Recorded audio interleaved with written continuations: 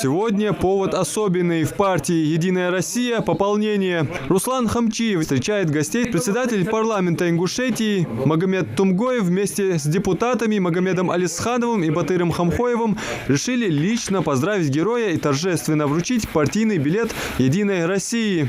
Я думаю, что мы сегодня в свои ряды приняли очень достойного человека. Вручаем ему партийный билет члена партии «Единая Россия». И он займет очень активное место в наших рядах. Ранение Руслан получил в 2006 году в ходе перестрелки с бандитами на служебном посту. После ряда перенесенных операций Руслан пошел на поправку. Однако встать на ноги так и не смог. Получил многократное огнестрельное осколочное ранение. И после этого жизнь кардинально поменялась. Я стал инвалидом. Что я могу сказать по этому поводу еще?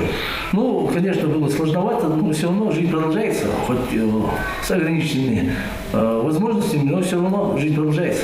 Человек с активной жизненной позицией Руслан хотел помогать родному региону и стране. Письмо с просьбой о вступлении в партию отправил на имя главы государства совсем недавно. Ответ не заставил себя долго ждать. Если честно, я был под большим сомнением, так как глава, у него, наверное, много таких обращений письменных, но все равно дошло, и вот меня приняли.